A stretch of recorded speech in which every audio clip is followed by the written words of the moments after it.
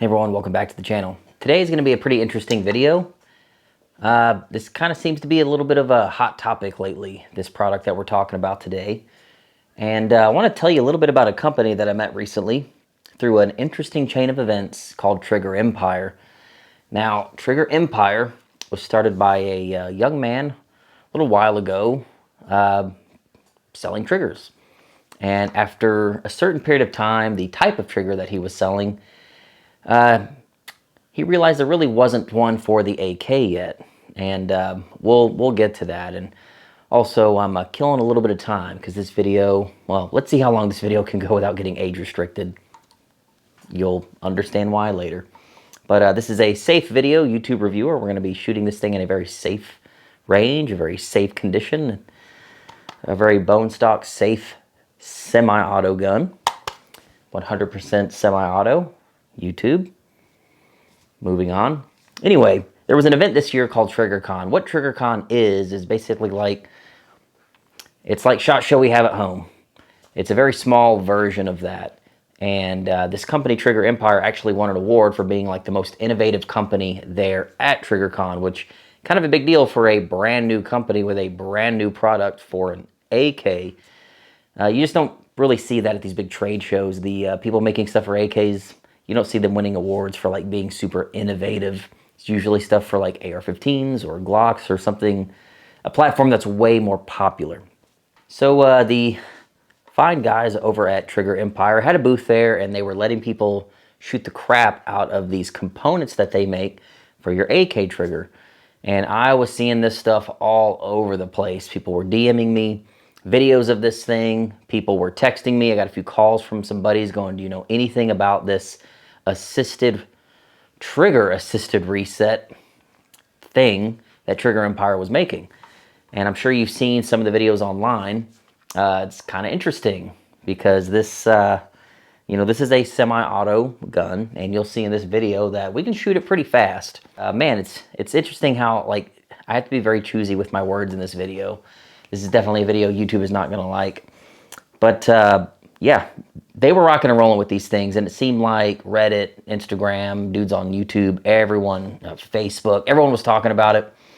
And my good buddy Mark over at Fit and Fire, you should check out Fit and Fire's YouTube channel. If this is your first time on the channel, my name is Mark. Oh, hi, Mark. Welcome to Fit and Fire.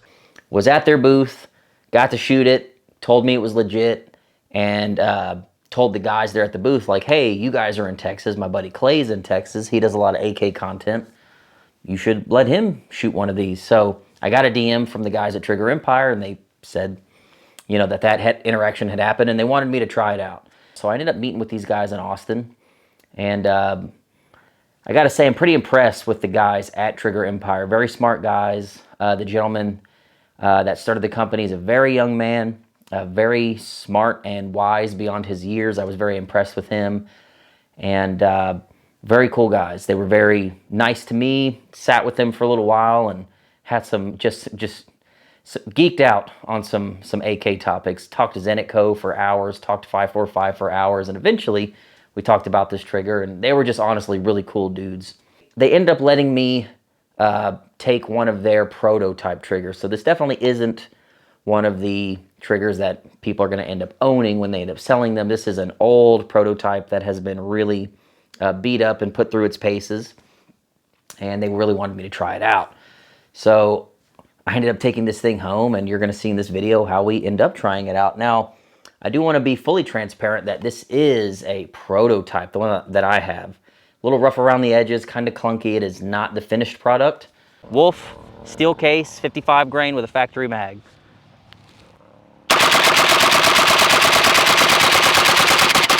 Woo! Man, could probably turn the gas down. Sucker's got some kick to it. Full mag. Yeah. By the time you're seeing this video, I'm not even sure if the finished product is available yet. But anyway, everything that you're going to see in this video is the prototype. So I ended up trying it out in a PSA crank. The crank didn't really like it. And what I mean by that is it's not exactly a full-on trigger. It's just a few components coupled with your factory trigger. So it's not a full-on trigger swap. It's not. Once you get it all in there and the combination is right, it does this. I think it's like 4 rounds. Woo! Gosh, it feels so much like a naughty trigger. And again, this is a semi-automatic gun, and they are calling this a trigger assisted reset. As far as the ATF is concerned, this is a semi-automatic firearm. And as far as YouTube, if you're reviewing this, this is a semi-automatic firearm that is perfectly legal to own. Can't say that enough, because I know a lot of people are going to ask. When it didn't work in the Crink, I actually reached out to the guys and I said, yeah, it's not liking this gun. So they actually sent one of their engineers out, Jesus, who was honestly one of the nicest dudes, the coolest dudes I'd met. All right, ready? I am ready.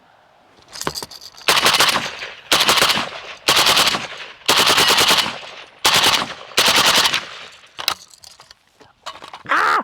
That sucker's hot.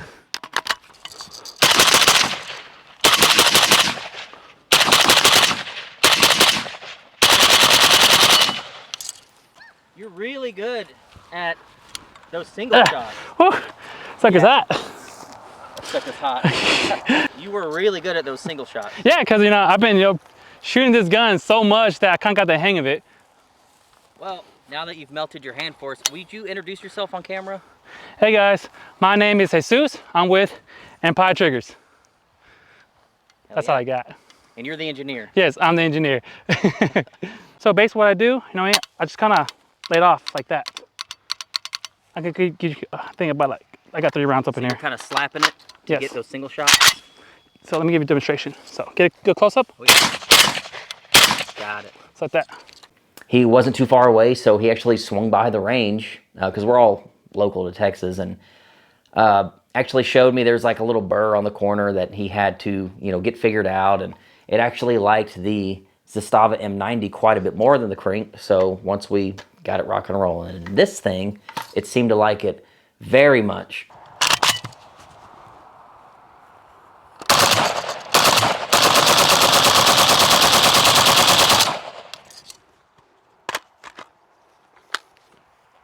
We even had some brass case ammo out there on site that was all remanufactured. Thanks, AmmoSeek. It was trash ammo. Every single 5.56 AK we put it through, it was splitting cases in half. Let me just show you that because it was pretty crazy. You see that? Split like 3 of the cases in half. You see that? Split like 3 of the cases in half. So we won't be using that ammo anymore. It's not the gun's fault or the trigger's fault. Whichever Bubba loaded that ammo and put it on AmmoSeek. Bubba. You ever seen that malfunction before? It's a live round stuffed inside of a split case. So we had a case split in half, got stuck in the chamber, pushed a live round in. The live round actually extracted half of the former spent case, and now we have like this Nagant style 223 thing that I could probably never recreate. So I wanted to take that home with me because that was a pretty cool malfunction. Anyway, went back to trusty old steel case and everything started working really well. So I will say that this prototype trigger definitely took a little finesse to get installed. Had to knock a couple of edges down. And from what Jesus was telling me, the engineer that helped design this thing, who's still currently making tweaks to it, he said, AK stuff, depending on the variant that you have, there could be a little bit of that. Anyone that's owned any variant of AK knows when you start getting different variants, it doesn't matter what the product is. It can be a handguard, an optic rail, a different stock, whatever. Different variants certainly mean certain parts aren't going to work. And even if you have like 3 AKMs, they're all 3 not going to be 100% identical. You got to shave some things here and there. A Dremel is your friend when you're owning AKs, and these components definitely seem to be, similar. Needed a little fitment per AK that we tried it in, but it really liked the M90. So once we got it in there, we started rocking and rolling. So let me go ahead and show you how that went.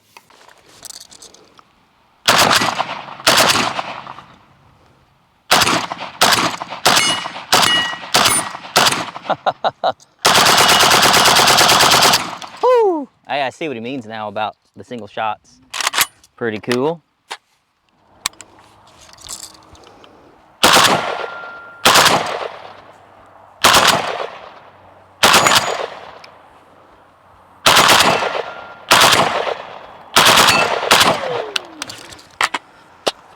Keep it going a little bit.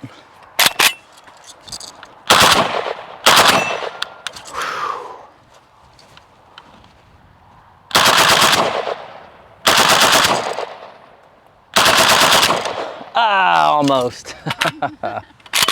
So it was pretty exciting shooting this thing, and I will say, putting the can on it was honestly the funnest way to shoot it. It was just cool. I've never shot a full turbo 5.56 M90 before. This was pretty close to that experience, and it was a really cool experience, and shooting it suppressed was even cooler. Same setup, just suppressed. Woo! Flawless. Effortless, flawless. Very good. That's so cool. And these irons are definitely not zeroed, but let's go ahead and try it.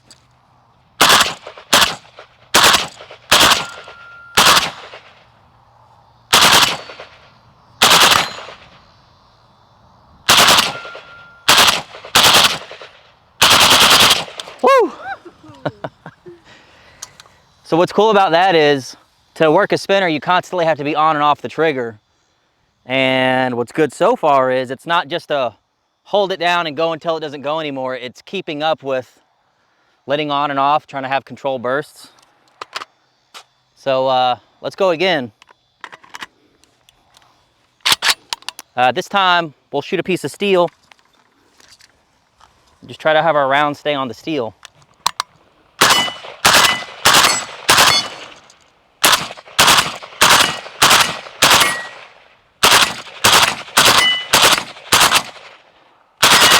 Woo! Dude, it just kept up. That is so exciting. Jose even had a 7.62x39.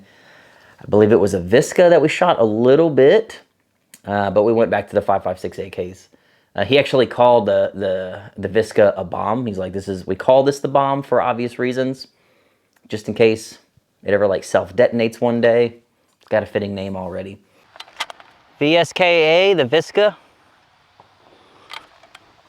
Trigger Empire trigger. They call this the bomb. I have no idea why. They said it, not me. Woo! One little hiccup. Sucker was moving. We even let Rachel shoot this. I wanted to try like different body types. If you don't shoulder it the right way, maybe if you limp wrist it a little bit, like can you stop the trigger from working? And Rachel was even doing like some controlled pairs, and it ran really, really good for her. Can't get irons.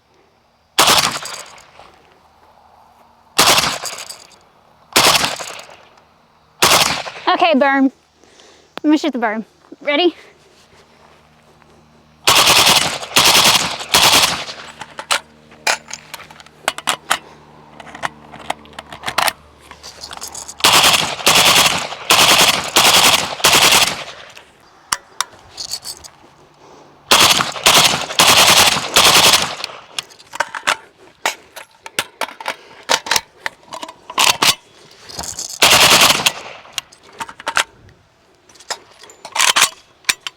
Unfortunately, we only had like a couple hundred rounds of steel case. I had brought 1,000 rounds of this crap ammo. I think I have some of it here.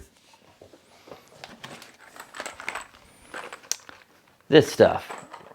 Range time training ammo. There you go. If you see this stuff on AmmoSeek, don't buy it. It was like too good to be true pricing. It's trash ammo. The cases would break in half on 4 different 5.56 AKs that we had out there and an AR-15. So yeah, that being said, we could only do 200 rounds of steel case ammo to test this thing because that's all I had. I planned on doing like 1,000 rounds through it with that ammo, but with the couple hundred rounds that we put through it with steel case, ran really good and it was a lot of fun. I wish I could have done more, but dude, it's hard in the streets buying ammo right now. So still got to swallow that pill of 1,000 rounds I can't shoot through anything that I paid for that I'm not getting my money back on. So yeah, but I will say the trigger is exciting. It seemed pretty easy to put in. It was nice having the engineer there to show me really what the process was, what to look for if it wasn't working in a certain variant. So I'm really thinking that they need to like line out some really good instructions on what to look for if you buy one and it doesn't really work really well. So all of these notes were taken, and I know he's going to pass that along to Trigger Empire. Again, once it was working, it was awesome. I got to say, you know, I have a FFL and an SOT, so I shoot a lot of post-sample full turbos, if you know what I'm saying. We have a lot of post-sample for full turbos, and you get a little jaded to it, but you know what it feels like. You get very used to that feeling. And I got to say, man, this is about as close as it gets from my well-calibrated butt dyno shooting a lot of full turbos that we currently have in inventory. This was very close to that feeling. Almost to the point where you couldn't really tell the difference other than it not having a third selector. But they say they're coming out with a 3-position Kono trigger. Sorry if I didn't say that earlier. They're calling this thing the Kono trigger, but right now this is just a single selector setting. You flip it all the way down and it goes fast, semi-auto all the time. The 3-position will actually be pretty cool if and when that ever comes out. And they say when it does, we'll get one and we'll review it here on the channel. So all in all, the install, a few bumps in the road. Once we got that lined out, I know how to get through that process now. Awesome. Shooting process, a lot of fun. So now I got to talk about the elephant in the room, and that is the price.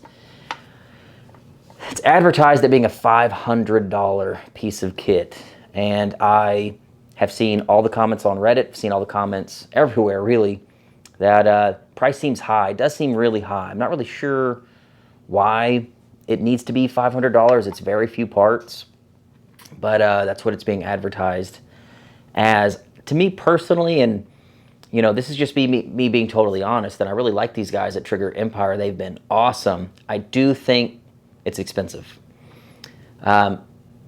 Even though, you know, if you compare it to a transferable full turbo gun, it's a fraction of the cost, but still it's not really the same. Technically, it's not the same thing. I think it's expensive, especially when there are things on the market that can be squirted, if you know what I'm saying, that, you know, those things do exist for a fraction of that cost. I really think if there's a way they could bring that price down, people would really be more excited about it. Now, people are excited about this, but the price definitely seems to be a sticking point. And I do think the price is high. So, said my piece on that. Anyway, it's awesome. Like, if you just ignore the price, it really is a really cool piece of kit. And when you do rip on this thing at the range, like everyone around you thinks, you know what they think it is, and it's just cool. It draws a lot of attention. People get excited. It's just cool. It's exciting. It's exciting shooting guns that way. We really need to do quite a bit more shooting with this, since we only had about a couple hundred rounds of that steel case. When we save up a little cheddar and we get some more, we'll really step it through its paces and see if we can get it to break. That being said, at TriggerCon, I want to say they were putting 3,000 rounds through a SAM 5 that had one with no issues. They had a couple other guns there. I believe the WBP that Jesus brought with him on our range day, they had another few thousand rounds through that. And they have a few thousand rounds through a 7.62 by 39 Visca that they called the bomb. Thousands and thousands of rounds of them working. And there's tons of footage of them working at TriggerCon. Like, and these are just normal people stepping up and shooting them, and they seem to work flawless, enough where they won an award, so that definitely means something. But anyway, keep an eye out for more on this thing in the future. I definitely want to do more with it. Maybe take it to a match and see if I can get it to screw up at a match, because everything screws up at a match. So stay tuned for that. But anyway, that's been the Trigger Empire Kono trigger, the prototype version. I can't wait to get my hand on the actual version, especially that 3-position version. All right, that's all I have for you. If you guys have any questions about this thing, I'll do my best. I'm still kind of new to me. Feel free to go to Trigger Empire's Instagram. They stay very active on there. They answer a lot of questions. Slide in those DMs and ask them about it. Anyway, that's been the Trigger Empire Kono, the prototype model. Stay tuned for more, and we'll definitely see you next time.